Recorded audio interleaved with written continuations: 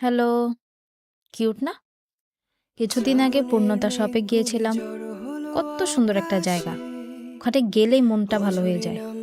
Aesthetic একটা place. Interior ডিজাইনটাও ছিল অসাধারণ।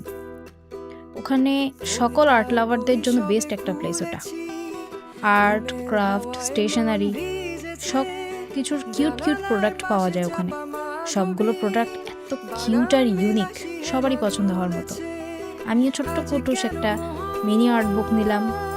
ওটাতে লেখা ছিল, তুমি সেই পূর্ণতা আমার অনুভবে।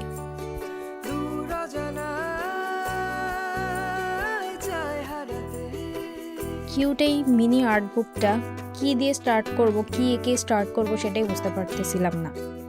একবার মাথায় আসে পাহাড় দিয়ে স্টার্ট করব, আবার মাথায় আসে না সমুদ্র আঁকবো। দুইটাই আমার অনেক পছন্দের, দুইটার একটা আঁকতে চাচ্ছিলাম। পরে ডিসাইডই করতে পারলাম না, তাই জন্য দুইটাই এঁকে ফেললাম একই পেজে। থেমেছে হাসির জল কেলি, পথিকের পায়ে হাঁটা থেমেছে। আজ কেন মন উদাসী হয়ে।